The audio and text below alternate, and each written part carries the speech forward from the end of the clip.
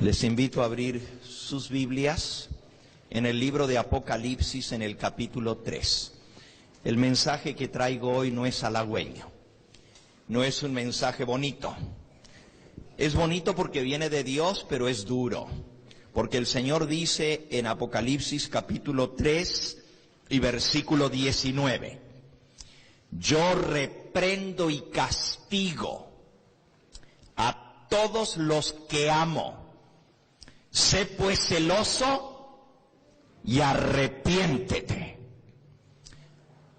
Y no pienses que bueno, el hermano que está al lado mío necesita este mensaje. Este mensaje es para mí y ese mensaje es para ti, mi hermano y mi hermana. Versículo 14. Escribe al ángel. El ángel es el ministro, el mensajero. Está bien. Escribe al ángel de la iglesia en la Odisea. He aquí el amén, el testigo fiel y verdadero, el principio de la creación de Dios dice esto. Yo conozco tus obras, que ni eres frío ni caliente. Ojalá fueses frío o caliente, pero por cuanto eres tibio y no frío ni caliente, te vomitaré de mi boca. Porque tú dices, yo soy rico y me he enriquecido y de ninguna cosa tengo necesidad, y no sabes que tú eres un desventurado, miserable, pobre, ciego y desnudo. Por tanto, yo te aconsejo, y es Jesús el que dice esto, el testigo fiel y verdadero, yo te aconsejo que de mí compres oro refinado en fuego para que seas rico, y vestiduras blancas para vestirte y que no se descubra la vergüenza de tu desnudez. Y unge tus ojos con colirio para que veas. Yo reprendo y castigo a todos los que amo, sé pues celoso y arrepiéntete. El amén, el testigo fiel y verdadero, el originador, el principio de toda la creación de Dios dice esto: yo conozco tus obras. El Señor nos conoce mejor de lo que nosotros nos conocemos a nosotros mismos. Él sabe nuestra condición. Yo conozco tus obras, que ni eres frío ni caliente.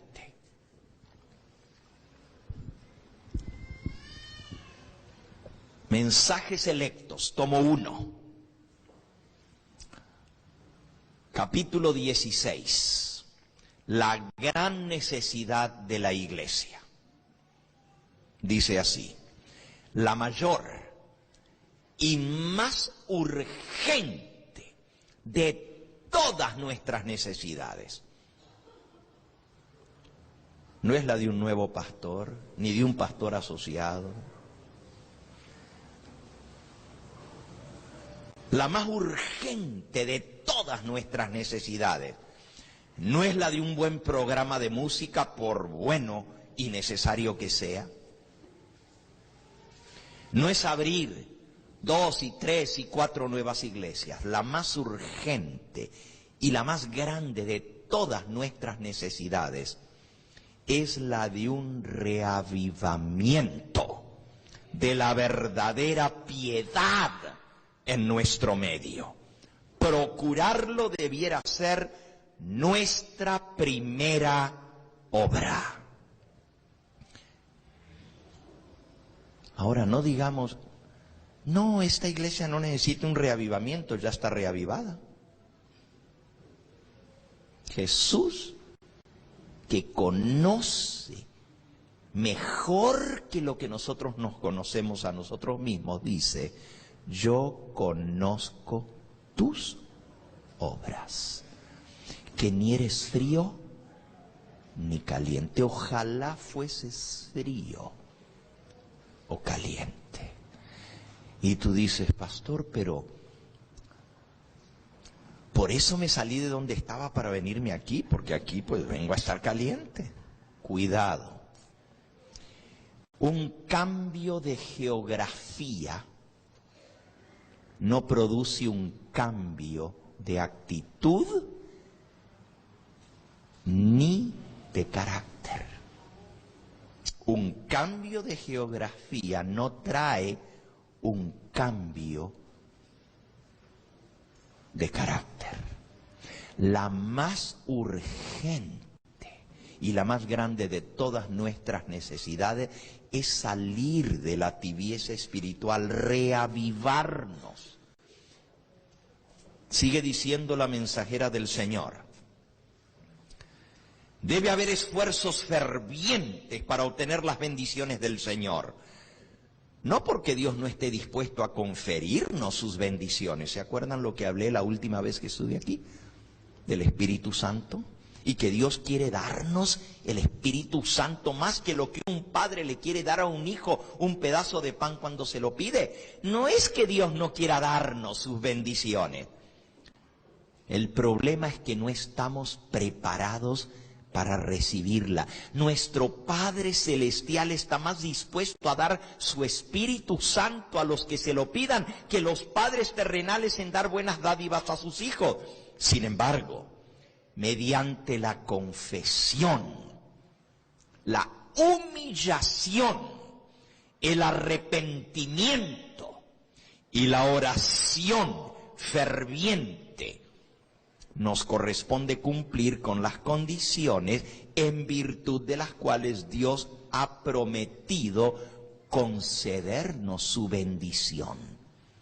¿Y cuál es su bendición?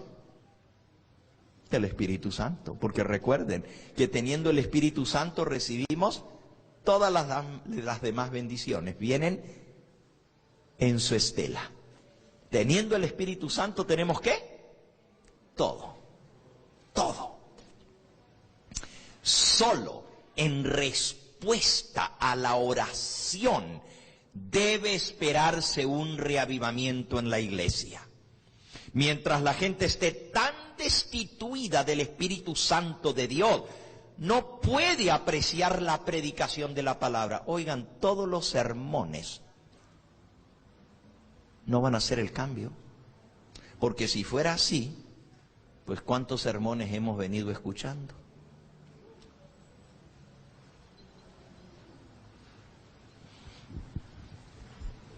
Hay un jovencito que nos está escuchando, se llama Ryan, tiene 7 años y está viéndonos en el canal. Su papá está aquí hoy y él dice, tengo 3 años de estar viendo al pastor Gambetta. ¿Cuántos sermones no habrá escuchado en 3 años? Pero el cambio no lo trae solo el escuchar, lo trae el Espíritu poderoso de Dios obrando en nuestros corazones. Nadie puede cambiar por sí mismo, solo Dios nos puede transformar. Solo en respuesta a la oración ferviente puede esperarse un reavivamiento. Y ya vamos a ver lo que es un reavivamiento en nuestra vida. Mientras la gente está destituida del Espíritu Santo de Dios, no puede apreciar la predicación de la palabra.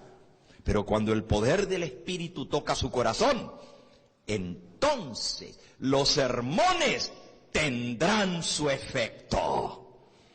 Guiados por las enseñanzas de la palabra de Dios, con la manifestación de su Espíritu, ejercitando sano juicio, los que asisten a nuestras iglesias obtendrán una experiencia preciosa y al volver a su hogar estarán preparados para ejercer una influencia saludable en su hogar, en su vecindario en su trabajo y con todos aquellos que los rodeen.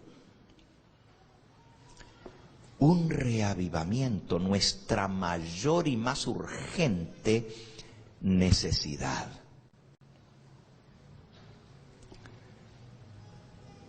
¿Y cómo lo vamos a lograr?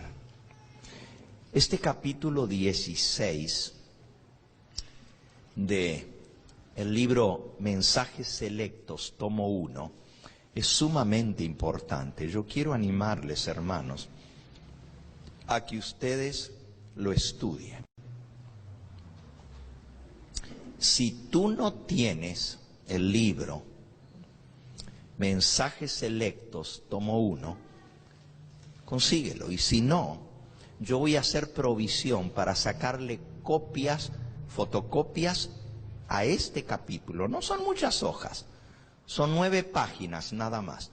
Pero yo quiero que nosotros lo estudiemos, porque esa es nuestra más urgente y la más grande de todas nuestras necesidades, un reavivamiento. Hermanos, si Dios manda un reavivamiento a esta iglesia, wow, vamos a ver grandes cosas. Y las noticias, y más buenas noticias que dimos hoy, se van a multiplicar. Y el Señor va a hacer grandes cosas. Preparaos, porque cuando el pueblo se consagra, Dios obra. Dice aquí, en este mismo capítulo, ¿cuál es nuestra condición en este tremendo y solemne tiempo en que se está celebrando el juicio en el cielo? Escuchen, han estado siendo examinados delante de Dios los casos de los justos muertos ya por bastante tiempo. Cuando se complete esta obra en el santuario celestial, se pronunciará juicio sobre los vivos. Nosotros vamos a ser juzgados. Cuán preciosos, cuán importantes son estos solemnes momentos. Cada uno de nosotros tiene un caso pendiente en el tribunal celestial. Individualmente hemos de ser juzgados de acuerdo a lo que hicimos en esta vida. ¡Wow! Entonces la pregunta es, ¿cuál es nuestra condición en este tremendo y solemne tiempo de juicio? ¿Qué si en el cielo hoy dijeran, Benalí Velarde, su caso está abierto hoy?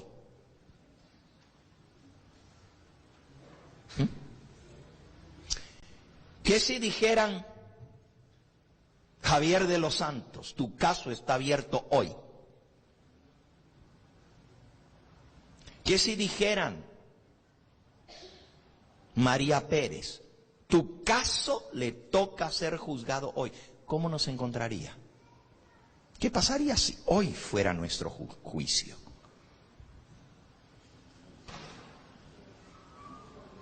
Es solemne lo que estamos hablando.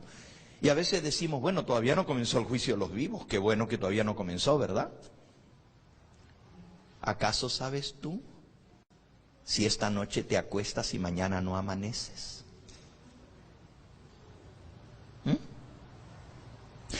Si sales y al cruzar la calle hasta ahí llegaste. Me acuerdo hace años atrás, una joven asistió a la campaña que estaba teniendo el pastor Benavides en la iglesia de Glendale. Y el pastor hizo el llamado y yo estaba orando por esa joven, porque yo le estaba dando estudios bíblicos. Ella estaba sentada así a la mitad de la iglesia sobre el pasillo. Y yo orando, que ella pasara al frente, y muchos pasaron al llamado. Y de pronto esa joven, el pastor estaba todavía haciendo el llamado, se puso en pie. Y yo dije, ay, bendito sea La hermana va a pasar al llamado, pero ella estaba en el pasillo, así en el medio de la iglesia, y en lugar de caminar hacia el frente, caminó hacia afuera de la iglesia. Me puse triste. Pensé que iba a pasar al llamado. Joven, unos 20 y pico de años la muchacha. Todavía el pastor no terminaba la oración del llamado cuando escuchamos las ambulancias en la esquina de la iglesia. Un carro había arrollado a esta joven. Nunca se dio cuenta que era su último llamado. Me dio tanta tristeza. En su funeral, una joven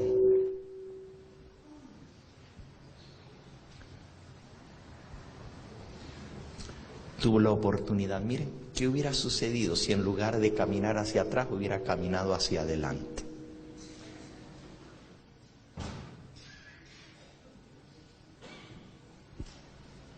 Nosotros no conocemos las cosas, pero no sabemos, no tenemos la vida comprada. No porque digamos estoy joven, todavía me falta mucho. No sabemos. Dice la mensajera del Señor, ¿cuál es nuestra condición en este momento? ¡Ay! ¡Cuánto orgullo prevalece en la iglesia! ¡Cuánta hipocresía! ¡Cuánto engaño! ¡Cuánto amor al vestido!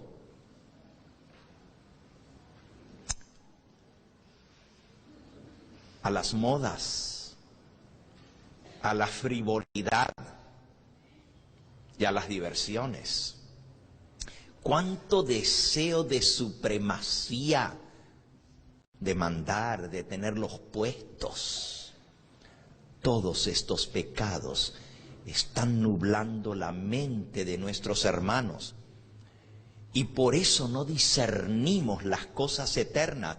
No escudriñaremos las Escrituras para que podamos saber dónde estamos en la historia de este mundo. No llegaremos a entender plenamente la obra que se está efectuando para nosotros en este momento en el santuario celestial, y el puesto que nosotros como pecadores debiéramos ocupar mientras se lleva a cabo esta obra de expiación en el cielo. Si tenemos alguna preocupación por la salvación de nuestra alma y de las almas de los que perecen, debemos efectuar un cambio decidido. Necesitamos un reavivamiento y una reforma en nuestra vida. Debemos buscar a Dios con verdadera contrición, con profunda contrición de alma. Debemos confesar todos nuestros pecados para que puedan ser borrados. No debemos permanecer ni un momento más en el terreno donde podemos ser fascinados. Nos aproximamos rápidamente al término de nuestro tiempo de gracia. Pregúntese cada alma, ¿cómo realmente estoy delante de Dios? ¿Cómo me ve Dios en este momento? No sabemos cuán pronto nuestros nombres puedan ser puestos en los labios de Cristo y sean nuestros casos decididos finalmente, para bien o para mal. ¿Cuáles? ¿Cuáles serán las decisiones? ¿Seremos contados con los justos o seremos incluidos con los impíos? Levántese la iglesia y arrepiéntase de sus apostasías delante de Dios. Despiértense los atalayas y den un sonido cierto a la trompeta. Tenemos una amonestación definida que proclamar. Y Dios ordena a sus siervos clama voz en cuello, no te detenga, alza tu voz como trompeta y anuncia a mi pueblo su rebelión y a la casa de Jacob su pecado. Isaías 58:1. Debe captar este mensaje la atención de la gente.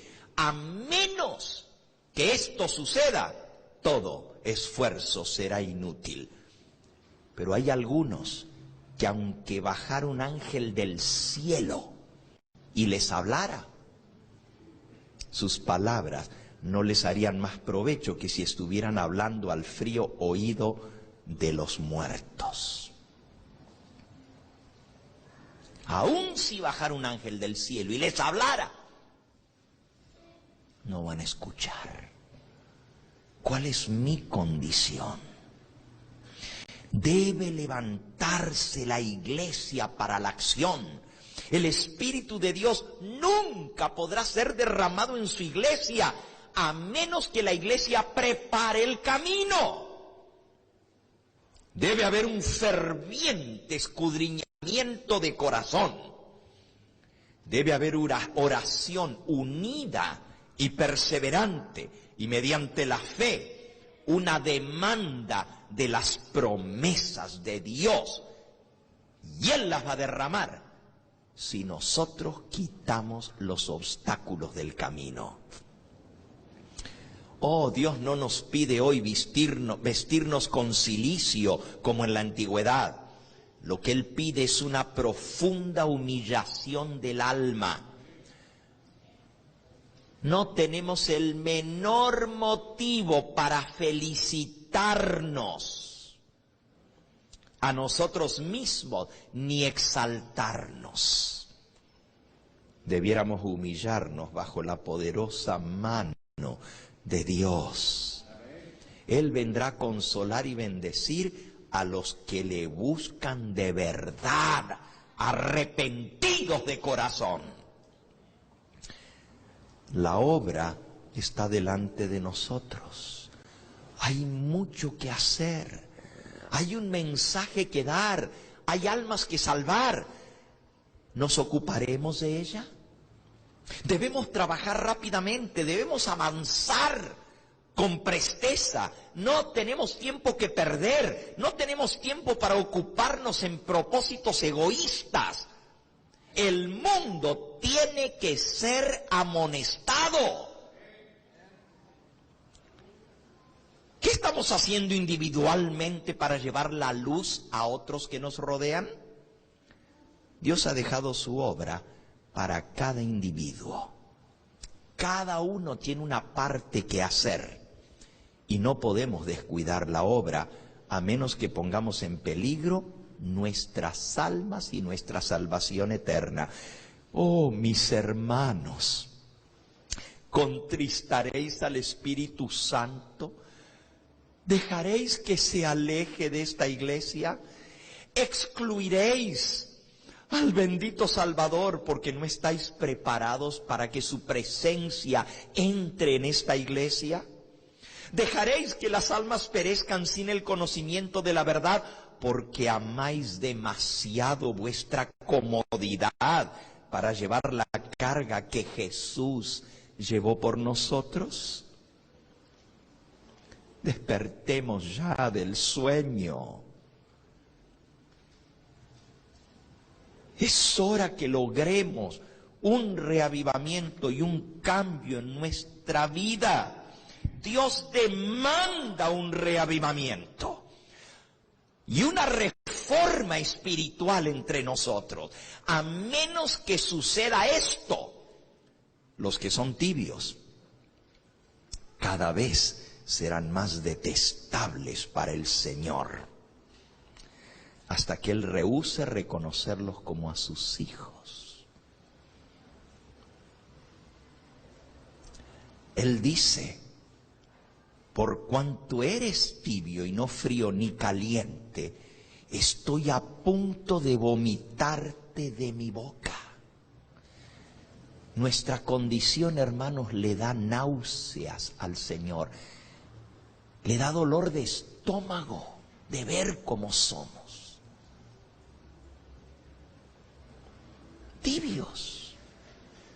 Él dice, ojalá fueras frío, pero no tibio o caliente.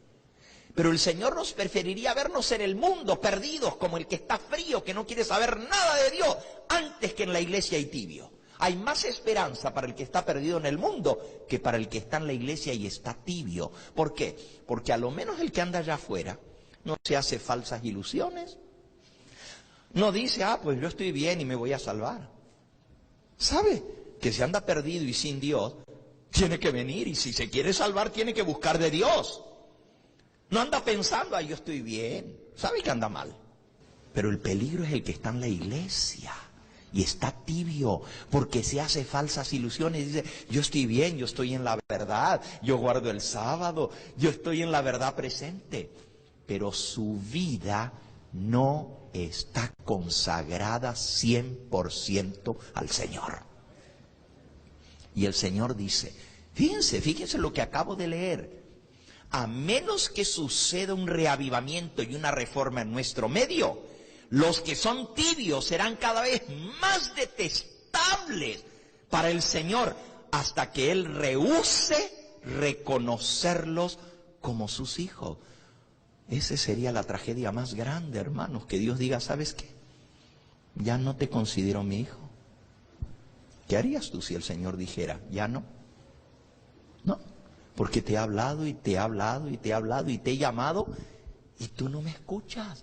Y si te mando un ángel del cielo que te hable, van a tener más efecto sus palabras en los muertos que están en el cementerio que en ti, porque ni vas a escuchar tampoco. Vamos a ser así de duros de corazón. Deben realizarse un reavivamiento y una reforma bajo la ministración del Espíritu Santo. Reavivamiento y reforma son dos cosas diferentes. Ahora escuchen bien. Estoy en la página 149 del libro Mensajes Selectos, tomo 1, el capítulo Exhortaciones a un reavivamiento. Si usted no tiene este libro, a ver, ¿cuántos no lo tienen y les gustaría que yo les haga llegar una copia de este capítulo para que lo estudien? ¿Puedo ver las manos? Oh, wow. Pues pastor, usted le va a traer la copia, pero la van a tener que venir a buscar este martes por la noche. Bueno, si va a haber un reavivamiento, esa es una de las cosas que tenemos que cambiar. Anoche el pastor vino para ver cómo estaba la iglesia y cuando regresó allá, esta mañana, me dijo, pastor, había como unas 25 personas.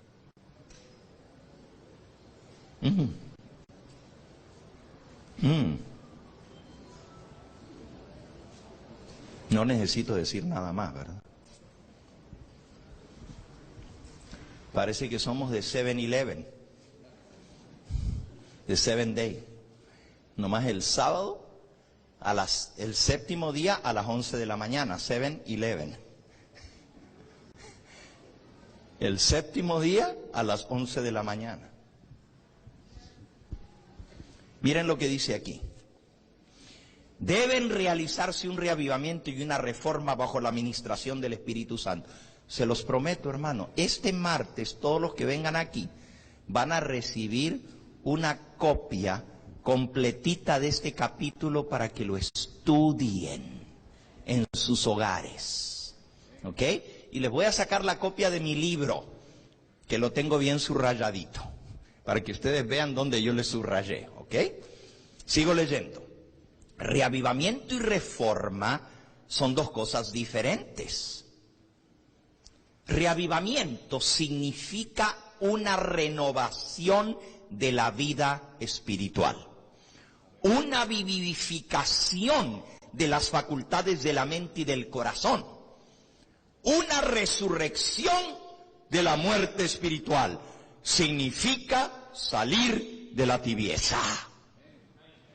¿Qué es un reavivamiento? Resucitar. Reavivamiento quiere decir reavivarse. Si estás dormido, despertarte. Si estás medio muerto espiritualmente, revivir, volver a vivir. con ese fervor que tuviste la primera vez que conociste este mensaje. Renovación de la vida espiritual, vivificación de las facultades de la mente y del corazón y una resurrección de la muerte espiritual, salir de la tibieza. Eso es reavivamiento. ¿Qué es reforma? No es lo mismo, dice, son dos cosas distintas. Reforma significa una reorganización, un cambio en las ideas, teorías, hábitos y prácticas. ¿Qué es reforma? Change. Hay que cambiar nuestra manera de ver las cosas, hay que cambiar nuestra manera de pensar, hay que cambiar nuestra manera de hacer las cosas. No podemos seguir como hasta ahora. La reforma no producirá los buenos frutos de justicia a menos que esté relacionada con el reavivamiento del Espíritu Santo.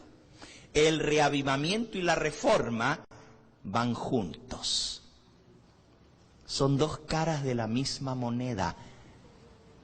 Si no van juntos, no tienes nada. Si es puro reavivamiento, pero no viene un cambio en tu vida, si esa despertar espiritual no te lleva a hacer cambio, ¿de qué te sirvió reavivarte? Puedes escuchar el sermón que más te sacuda. Puedes levantar las manos en alto y decir, gloria a Dios, alabado sea su nombre, y llenarte de ánimo y salir de aquí todo encendido. Pero si eso no te lleva a cambiar las cosas que están mal en tu vida, ¿de qué te sirvió todo ese euforia?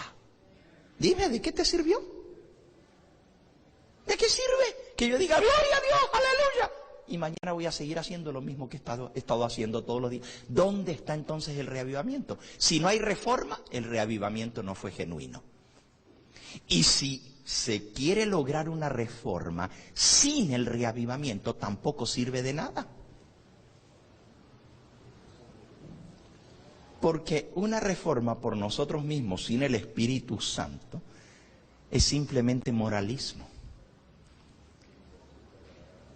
Es simplemente por mis propias fuerzas tratar de cambiar. Y eso no va a cambiar mi corazón. Por eso una verdadera reforma es cambio en su manera de pensar, en su manera de ver las cosas, en su manera de actuar, en los hábitos, en la conducta, en todo. Pero eso es un fruto de la obra del Espíritu Santo en la vida. Entonces tienen que ir juntos, y termina la cita diciendo: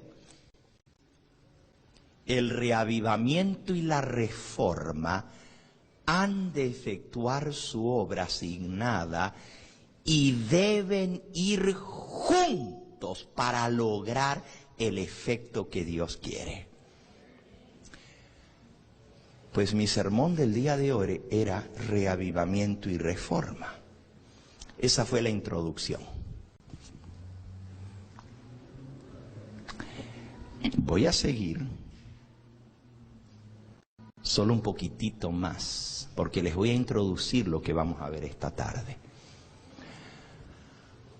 Hay varios ejemplos en la palabra de Dios de reavivamientos y reformas. A lo largo de toda la historia, Dios ha tenido hombres y mujeres que han encabezado movimientos de reavivamiento y de reforma. Hoy les quiero hablar de uno de los casos más sorprendentes en la Biblia, de un reavivamiento y una reforma. Solo lo voy a introducir, y esta tarde voy a estudiar ese tema juntos. Lo vamos a estudiar. Yo quiero que vayamos por un momento al libro de Segunda de Crónicas. Segunda de Crónicas. En el libro de Segunda de Crónicas se cuenta la historia de los reyes de Israel. Y termina Segunda de Crónicas con el último rey de Israel. Yo quiero que ustedes sepan que la nación escogida, el pueblo escogido, después que Dios lo sacó con poder de Egipto, les dio su santa ley al pie del monte Sinaí, oyeron la voz de Dios, escucharon los truenos y relámpagos, temblaron ante su presencia, pero fue puro reavivamiento, no hubo reforma, porque antes de los 40 días estaban adorando a un becerro de oro. ¿De qué les sirvió haber escuchado la voz de Dios si a los 40 días estaban danzando en torno a un becerro de oro? Tanto que Dios dijo, no los reconozco más como hijos. Le dijo a Moisés, de ti voy a hacer una reforma. Dios los desconoce como sus hijos. Y Moisés intercedió. Y finalmente Dios los perdonó. Entraron en Canaán.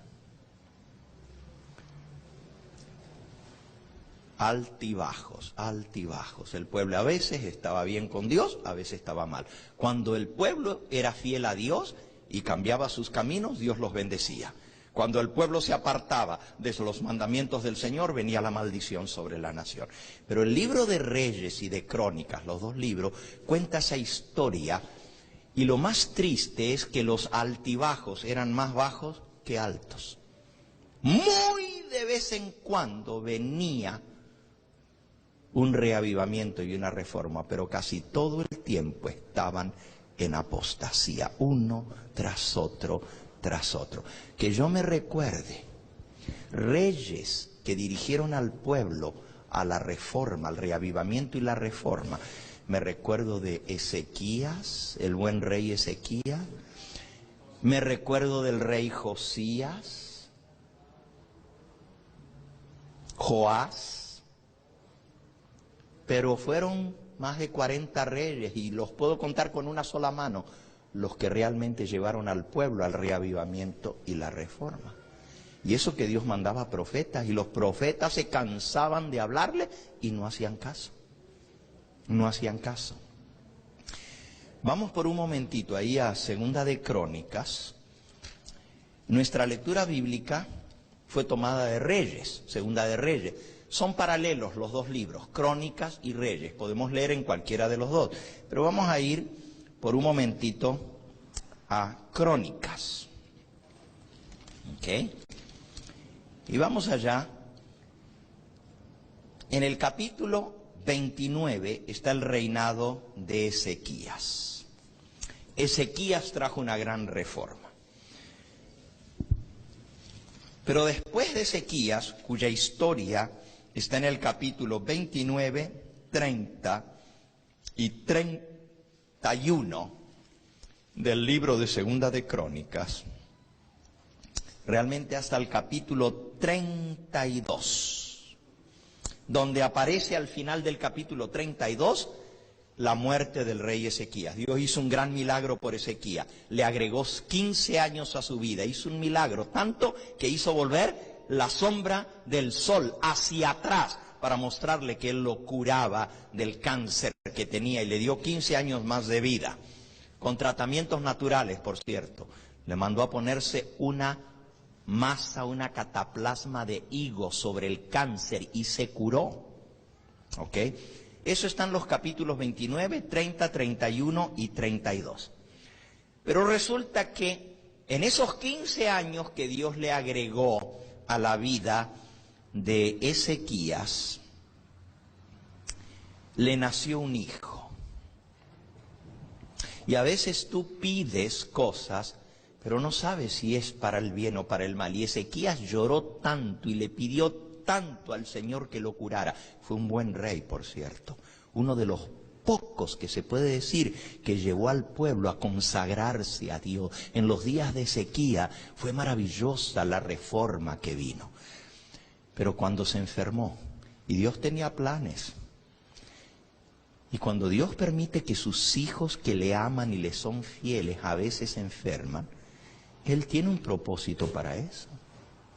Pero Ezequías le lloró una noche entera de espaldas con la cara contra la pared. Ahí está en la historia. Y lloró y le suplicó a Dios que lo sanara. Porque el profeta de Dios le vino a decir, el profeta Isaías, le dijo, alista tus cosas, arregla tu casa, termina tus negocios, porque te vas a morir y no vas a vivir. Esta enfermedad te va a llevar. Y era cáncer lo que él tenía. Era cáncer, tumor. Y Ezequías tanto le lloró al Señor que el Señor dijo, está bien, te voy a curar. Pero esos 15 años que Dios le regaló de vida, no es que fueran malos porque él siguió sirviéndole a Dios, pero tuvo un hijo. Y ese hijo se llamó Manasés. Y cuando Ezequías se murió, después de 15 años más que Dios le dio, el muchachito tenía 12 años de edad. Y llegó a reinar en Israel. Miren lo que dice el capítulo 33, versículo 1. Bueno, el último versículo del 32 cuenta del entierro de Ezequías. Dice, y durmió Ezequías con sus padres y lo sepultaron en el lugar más prominente de los sepulcros de los hijos de David, honrándole en su muerte todo Judá y todo Jerusalén, y reinó en su lugar Manasés su hijo. 12 años era Manasés cuando comenzó a reinar, y 55 años reinó en Jerusalén. Uno de los reyes que más tiempo duró, pero hizo lo malo ante los ojos de Jehová, conforme a las abominaciones de las naciones que Jehová había echado de delante de los hijos de Israel. Porque él reedificó los lugares altos que Ezequías su padre había derribado, y levantó altares a los Baales, e hizo imágenes de acera, y adoró a todo el ejército de los cielos, los astros, la astrología, y les rindió culto. Edificó también altares en la casa de Jehová, de la cual había dicho Jehová, en Jerusalén estará mi nombre perpetuamente. Edificó altares a todo el ejército de los cielos, a Júpiter y a Saturno y a Venus y a Marte y a todos los dioses del cielo, falsos.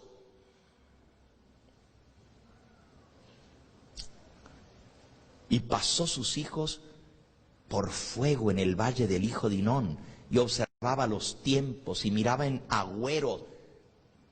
Iba con los brujos y con los psíquicos y con los astrólogos. Era dado a las adivinaciones y consultaba divinos y encantadores. Se excedió en hacer lo malo ante los ojos de Jehová hasta encender su ira. Le dio a la brujería y al satanismo, el hijo que tuvo el buen rey Ezequías en esos 15 años que Dios le agregó de vida. Ten cuidado lo que tú le pides a Dios, y si se lo insistes mucho, ten cuidado, porque a veces Dios sabe lo que es mejor. Si Ezequías hubiera dormido cuando Dios le dijo, alista tus cosas que te vas a dormir, hubiera muerto en la gloria habiendo sido obediente a Dios, y murió obediente a Dios él.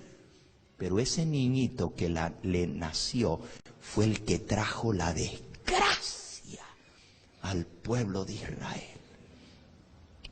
No les voy a contar la historia de Manasés porque es terrible. Es cierto, Manasés al final se arrepintió. ¿Saben? Lo llevaron cautivo en cadenas a Babilonia. El pecado de ese hombre era tan terrible fue lo que hizo. Si ustedes siguen leyendo el capítulo 33, se van a espantar. Metió un ídolo en la casa de Jehová. Y la gente estaba adorando a un ídolo en la misma casa de Jehová, y un montón de otras cosas malísimas que hizo, aparte de ser brujo, aparte de ir con los adivinos y con los astrólogos y con los brujos y con todo lo demás que ya leímos, un montón de cosas. Dios mandó profetas a amonestarlo, un profeta tras otro. El profeta Habacuc, el profeta Sofonías, vivieron en la época de Manasés y no hizo caso. Y finalmente Sofonías dijo, ¿sabes qué? Dios te va a dar tu merecido, y vas a caer en manos de los enemigos. Y así fue.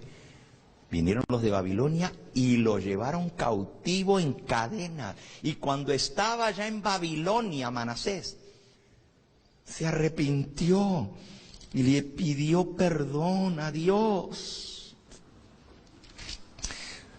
Lo pueden leer allí. Dice el versículo 10 del capítulo 33, Manasés, el 9 dice, Manasés pues hizo extraviarse a Judá y a los moradores de Jerusalén para hacer más mal que las naciones que Jehová destruyó delante de los hijos de Israel. El pueblo escogido de Dios estaba portando peor que las mismas naciones paganas que Dios había mandado a destruir por influencia de Manasés. Versículo 10, y habló Jehová a Manasés y a su pueblo, mas ellos no escucharon. Por lo cual Jehová trajo contra ellos los generales del ejército del rey de los asirios, los cuales aprisionaron con grillos a Manasés y atado con cadenas lo llevaron a Babilonia. Mas luego que fue puesto en angustia, cuando estaba en la cárcel, atados con cadenas, oró a Jehová su Dios, humillando grandemente en la presencia del Dios de sus padres, y habiendo orado a él, fue atendido. Qué bueno que es Dios, hermano. Después gració al pueblo de Israel, todavía cuando estaba ya en la cárcel, atado con cadenas y grillos, se arrepintió de corazón y llorando le pidió perdón al Señor. Y el Señor lo escuchó. Cuán bueno es Dios, ¿verdad? Cuán bueno. Hermano, no importa lo que tú hayas hecho y cuán lejos te hayas apartado del Señor, todavía Él te escucha si te arrepientes. Todavía hay oportunidad para ti. Y Manasés la tuvo. Habiendo orado él, versículo 13, fue atendido, pues Dios oyó su oración y lo restauró a Jerusalén, a su reino. Entonces reconoció Manasés que Jehová era el verdadero Dios. Después de esto edificó el muro exterior de la ciudad de David al occidente de Gijón. Y sigue contando todas las obras que él hizo.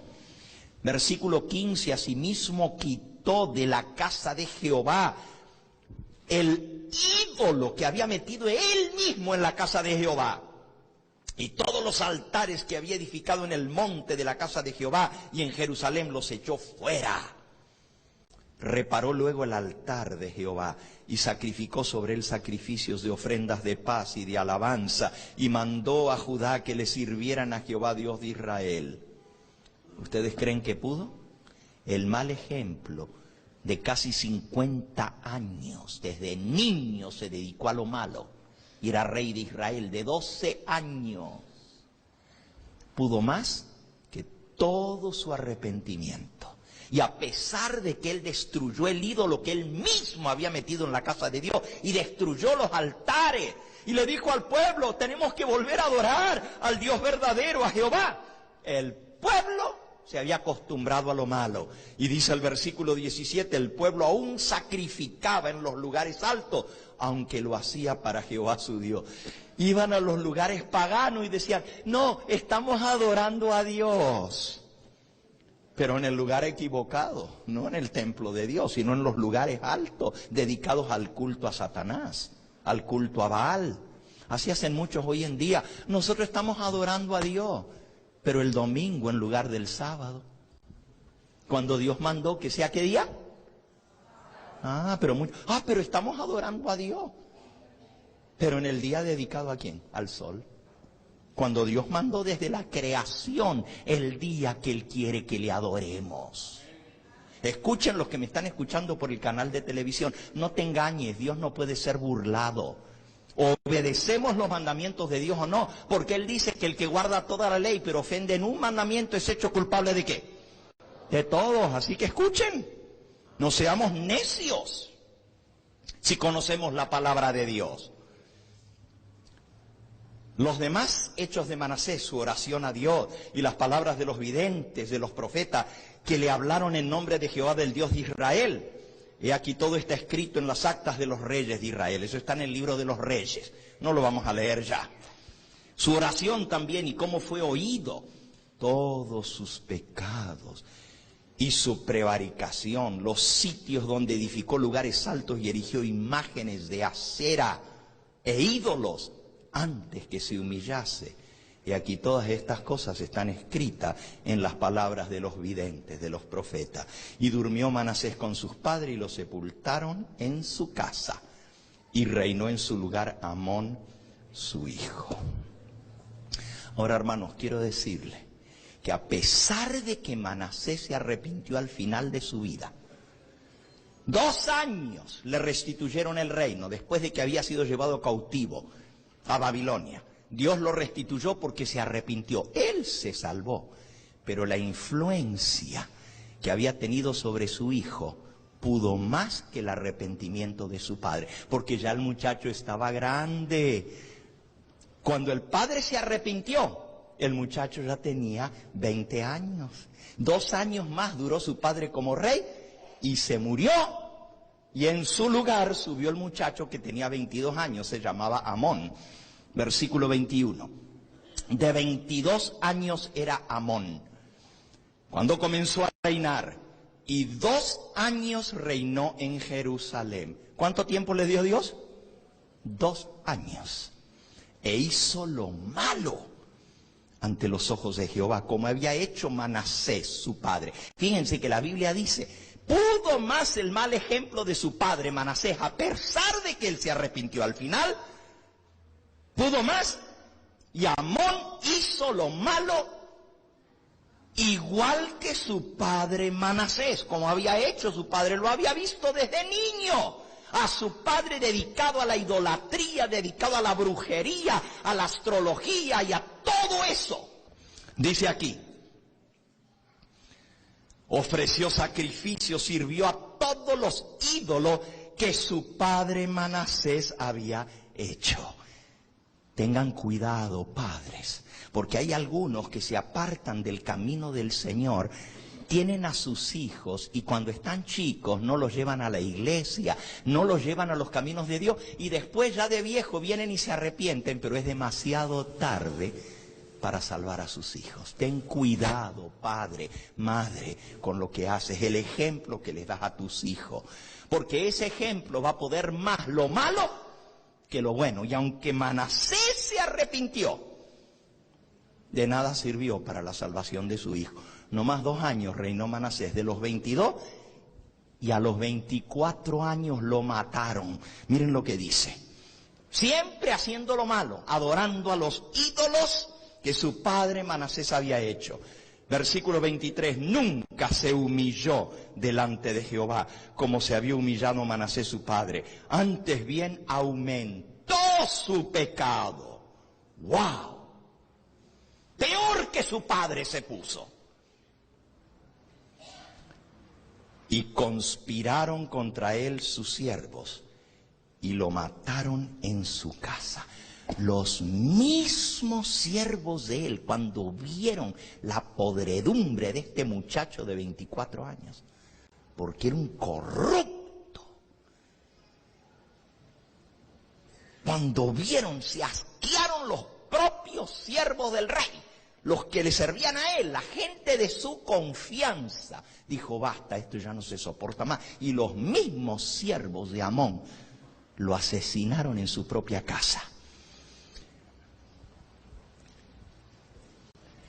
2 años duró, de los 22 a los 24 años de edad. Esa es la historia de un joven que tuvo el mal ejemplo de su padre. Oh, mis hermanos, seamos conscientes que a veces nuestro mal ejemplo por tantos años de nuestros hijos puede más que lo bueno que podamos hacer al final de nuestros días. Dios es misericordioso. Y Dios perdonó a Manasés, pero fue demasiado tarde para Amón. Su hijo nunca se arrepintió. Si él se hubiera arrepentido, Dios también lo habría perdonado. Pero nunca quiso arrepentirse, nunca quiso humillar su corazón. No seamos nosotros necios. Cuando Dios nos está llamando al arrepentimiento, no estemos postergando nuestra decisión. Cuando yo esté listo, ahí sí me voy a decidir. No es cuando tú dices, es cuando Dios te llama. ¿Quién te crees tú que le vas a decir a Dios? Cuando yo esté listo, ahí sí yo voy a venir. ¡Ja! ¿Tú le vas a decir a Dios cuándo llamarte? ¿Quién eres tú para decirle a Dios? Todavía no. Déjame gozar un poco más de la vida y ya cuando yo esté listo voy a venir a ti. Ten cuidado. Tú que me escuchas a través del canal y estás escuchando bien este mensaje porque es para ti también. Y tú que estás aquí, cuando Dios te llama, no endurezcas tu corazón, porque tú podrás arrepentirte si Dios te da oportunidad, pero puede ser demasiado tarde para tus hijos. Dice el capítulo 34, y ahora llego al punto central de mi tema y ya voy a terminar porque el tiempo se nos fue. Pero esta tarde voy a seguir, la parte más interesante de este tema la vamos a seguir esta tarde. Así que si tú pensabas irte por allá a dormir arrullado con tu tibieza laodicense, dile al Señor que te despierte y que vengas a escuchar su palabra. Ojalá haya más gente esta tarde que por la mañana.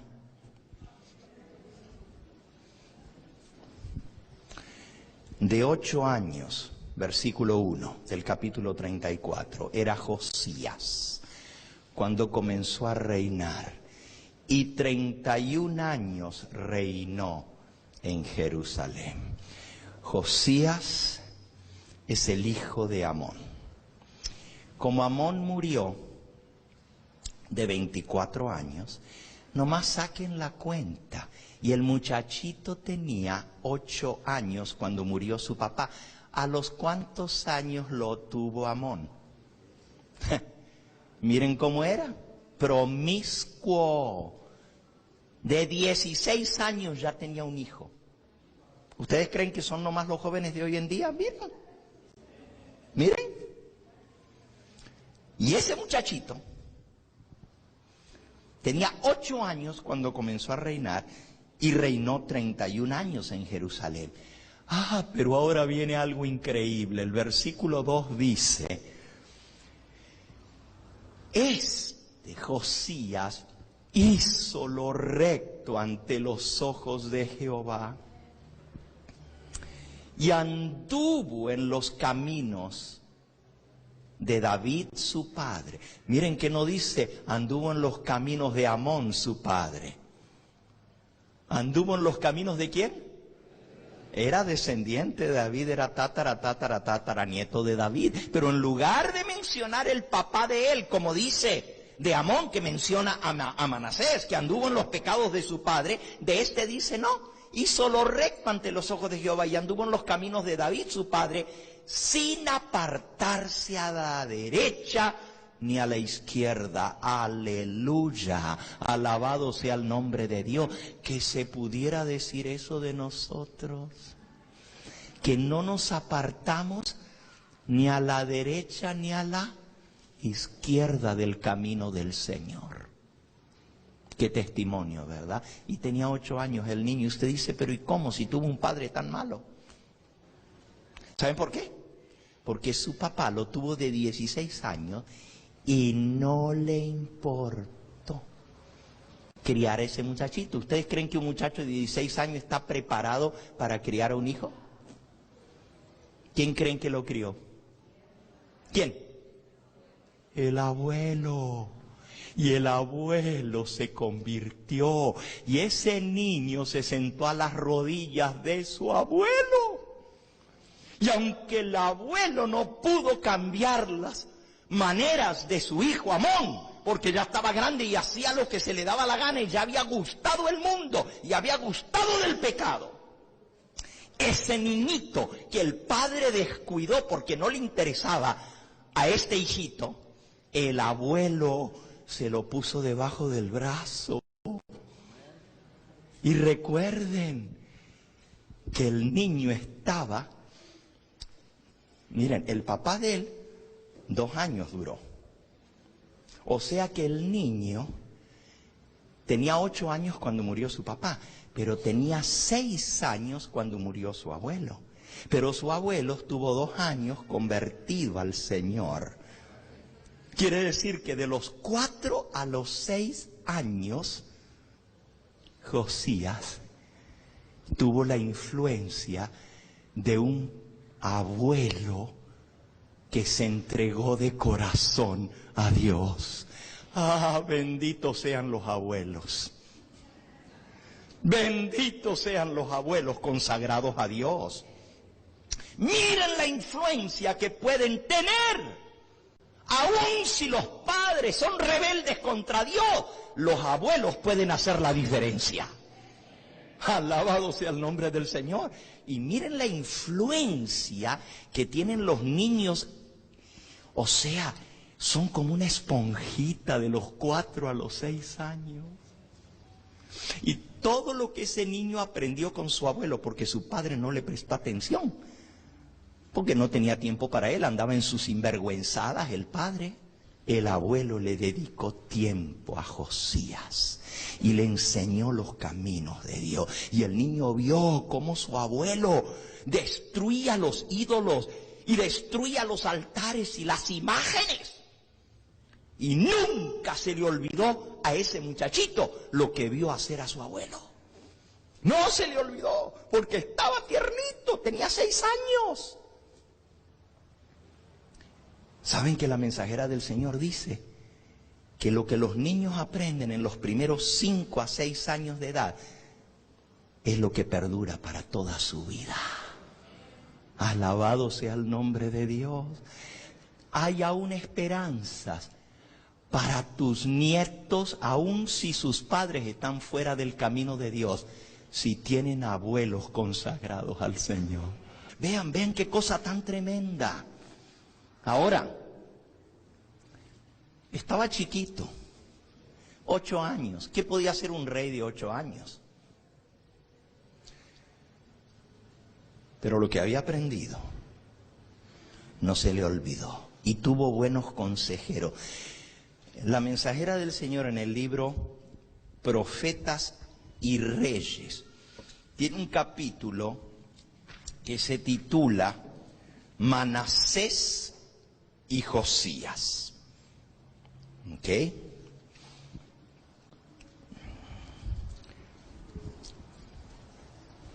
Dice aquí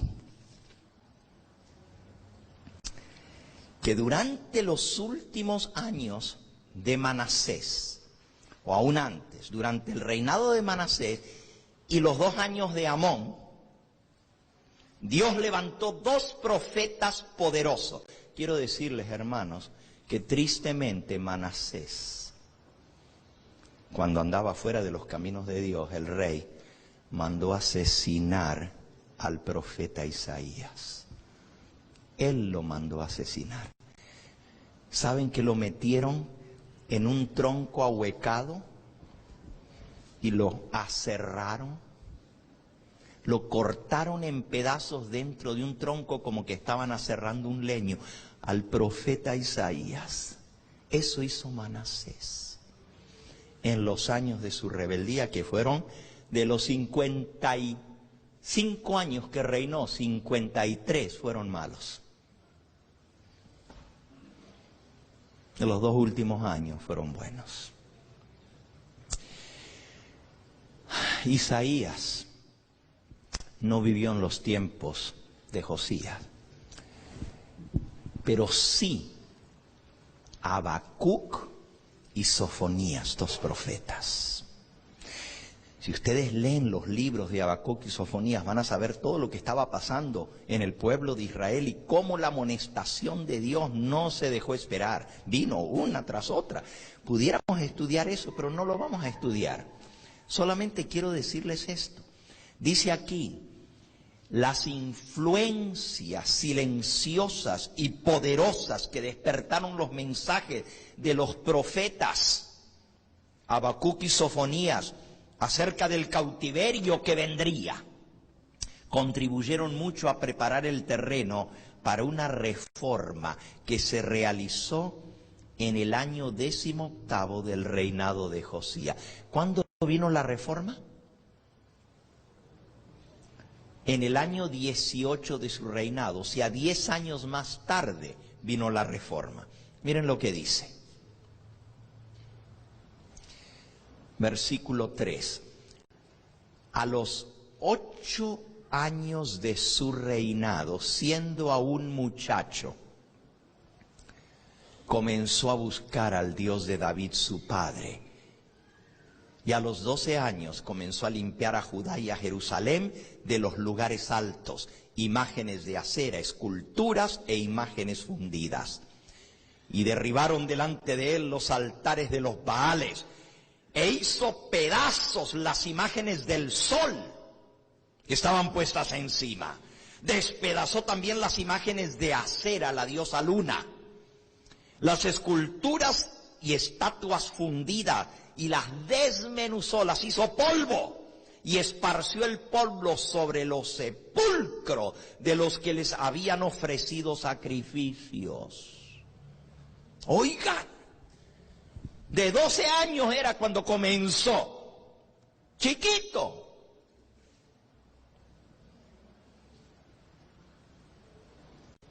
Siendo muchacho todavía, lo que había aprendido de su abuelo y lo que había escuchado de los profetas, lo llevó a la práctica y era el rey. Y aunque era un niño de 12 años, tenían que obedecerle porque era el rey. Destrozó las imágenes y los ídolos y los altares a los dioses falsos. Y el polvo de las imágenes que lo hizo polvo, fue y lo tiró arriba de los sepulcros de todos los apóstatas que habían adorado al sol y a la luna y a todos los astros, a quienes sirvieron y ante quienes se postraron. Ahí tienen, miren en qué quedaron sus dioses, no los pudieron ayudar. Aquí van las cenizas de sus dioses. Y sigue diciendo, quemó, versículo 5, además, los huesos de los sacerdotes sobre sus altares. Todos los sacerdotes sinvergüenzas, los pastores falsos que habían apapallado al pueblo en todas sus sinvergüenzadas. Todos esos sacerdotes que en lugar de enseñarle al pueblo la verdad de Dios, le enseñaron a transgredir la ley de Dios.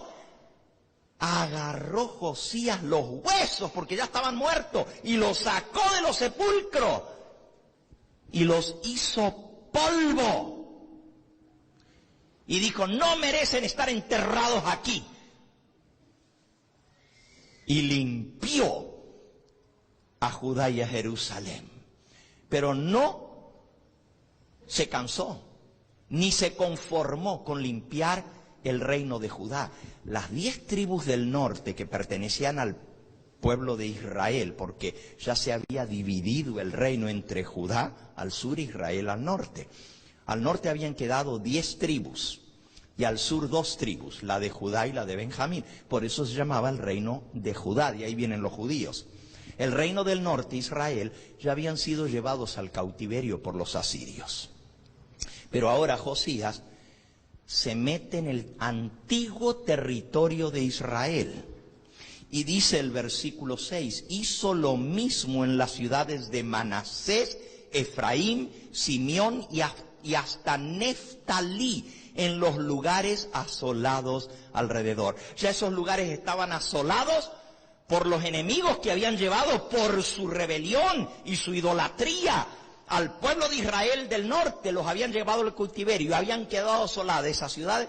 Pero ¿saben qué hizo Josías? Se fue a meter allá en el territorio de Israel y a limpiar todo lo que quedaba de esos ídolos y de esos altares a los dioses falsos, y limpió toda la nación de toda esa brujería y ese satanismo.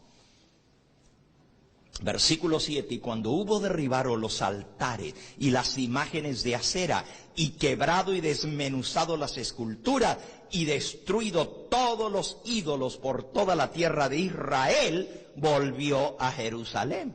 Así que limpió el reino del norte y limpió el reino del sur. Pero quiero decirles, hermanos, que eso no fue lo que trajo la reforma.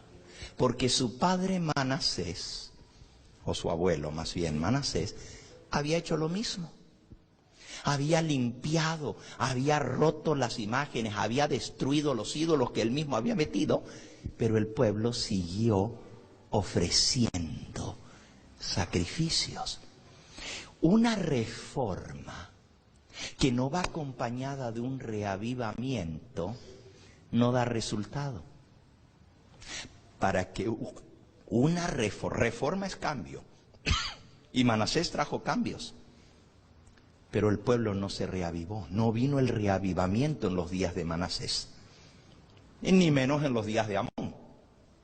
Pero ahora Josías comenzó igual que su padre, o su abuelo más bien, a destruir todo, pero todavía no había cambiado el pueblo.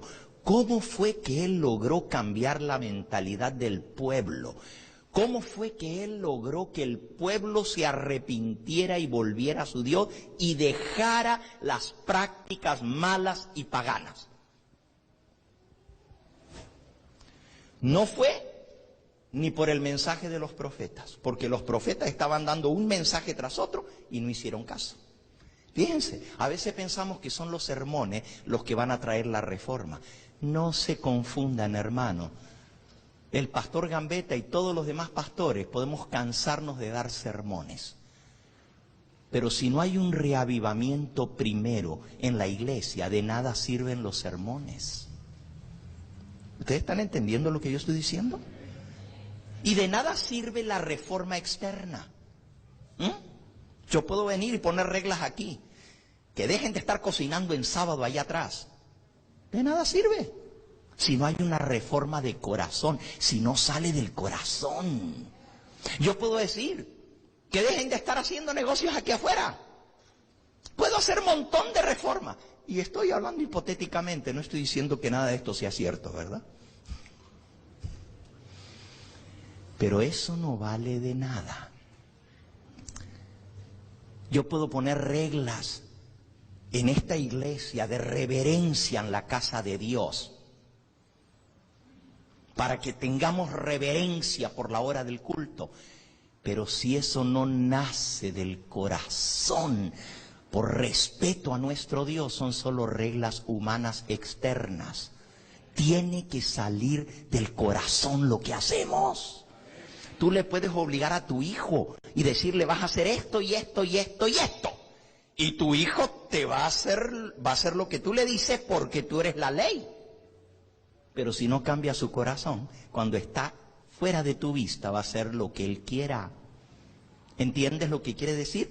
Puede haber reformas externas, pero si no hay un cambio del corazón, de nada sirven las reformas. Tú puedes decir, voy a cambiar, voy a hacer esto y esto y esto, y puedes lograr algunas reformas en tu vida. Puedes lograr algunos cambios por tu fuerza de voluntad, por tu determinación. Pero si no hay una transformación del corazón, un verdadero reavivamiento, y el reavivamiento es volver a vivir espiritualmente, volver a nacer, renacer, resucitar espiritualmente. Si no viene eso primero, las reformas no valen de nada. Y Josías se puso primero a hacer reforma. No es que estuviera malo. Él tenía celo por el Dios de Israel, por el Dios del cielo. Y él le daba terror y le daba asco ver todos esos ídolos y lo que el pueblo estaba haciendo, y agarró en su furor, porque a veces la ira de Jehová nos consume, ¿verdad?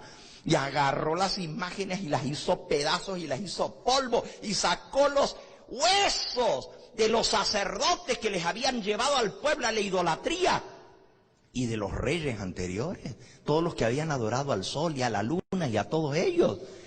Y sacó los huesos y dijo, estos no merecen estar enterrados aquí, entre el pueblo santo de Dios. Y limpió a Jerusalén.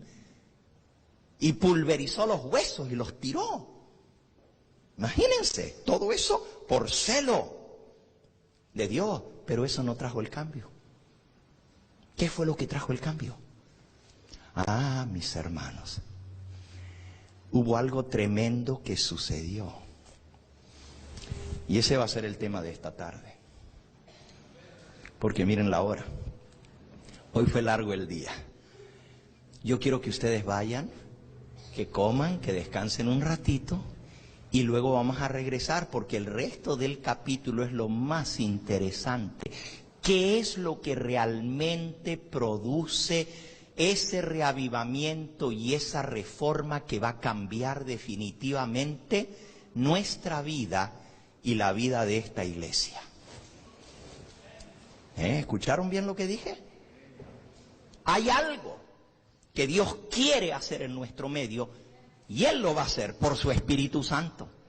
Porque uno puede escuchar un montón de sermones. Aquí hay gente que escucha un sermón tras otro y vuelve y en la semana sigue haciendo la misma suciedad y la misma sinvergüenzada que ha estado haciendo todo el tiempo. Y viene el sábado a la iglesia y escucha el mismo sermón y sigue en la misma hipocresía. Eso lo he visto continuamente. Escuchamos un sermón tras otro. ¿Saben lo que es eso? Peor condenación. Porque en el día del juicio Dios nos va a decir, no me digas que no escuchaste. No me digas que no te hablé, que te llamé, que te mostré el camino, te llamé al arrepentimiento. ¿De qué te sirvió todo lo que escuchaste? ¿Entiendes por qué esto es grave? Entonces, ¿qué es lo que produce realmente ese reavivamiento que va a traer como resultado la reforma? Más les leo el versículo. El versículo que leyó el hermano Alberto fue un pacto que hizo el rey con todo el pueblo.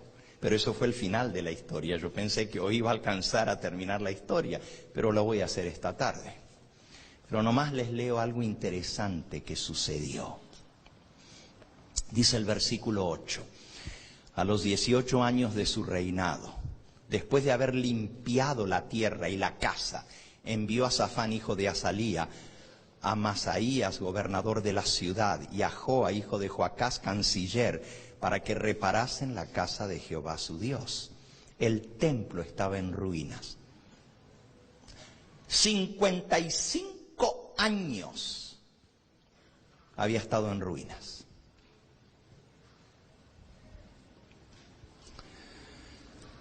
Esto es el gobernador de la ciudad. Buscó a los grandes de la ciudad y dijo, me van a ayudar ustedes.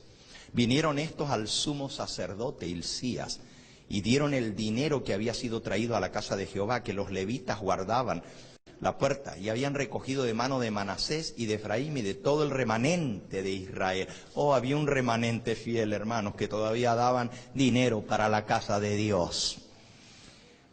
Y de todo Judá y Benjamín y los habitantes de Jerusalén. Y lo entregaron en la mano de los que hacían la obra, que eran mayordomos de la casa de Jehová, los cuales lo daban a los que hacían la obra y trabajaban en la casa de Jehová para reparar y restaurar el templo. Hermanos, nosotros necesitamos reparar y restaurar el templo. Y no me estoy refiriendo ahora al edificio, porque nosotros somos el templo de Dios y necesitamos reparar y restaurar este templo.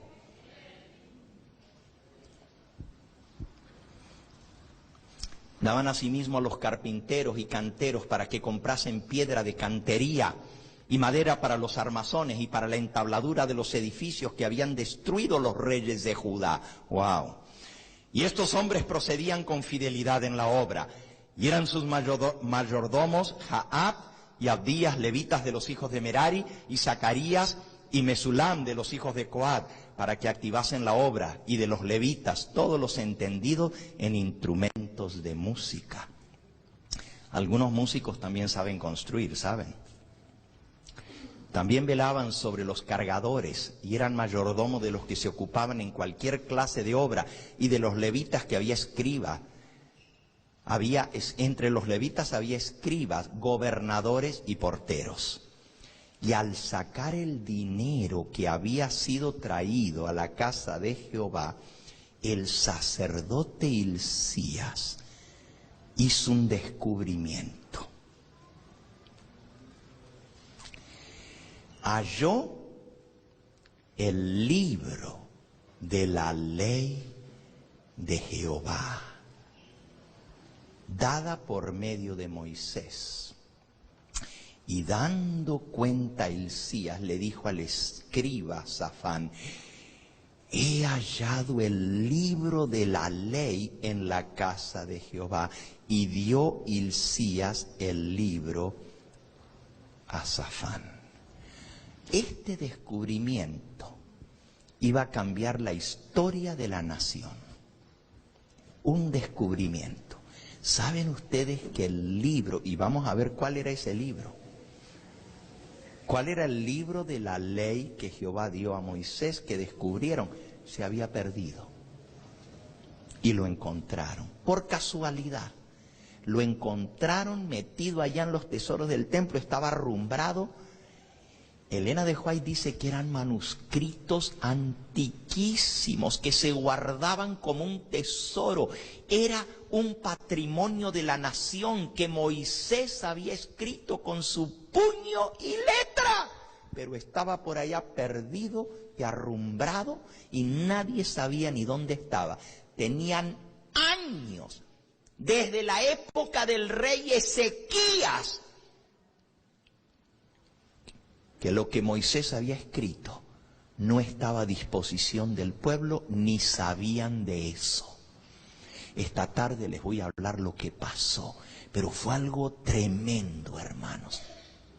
Cuando nosotros descubramos eso en nuestra vida, va a venir un reavivamiento que va a traer una reforma que no vamos a volver a ser los mismos de antes. Pero toda reforma está basada en un reavivamiento, y el reavivamiento viene por redescubrir la palabra de Dios. Esta tarde vamos a hablar de eso.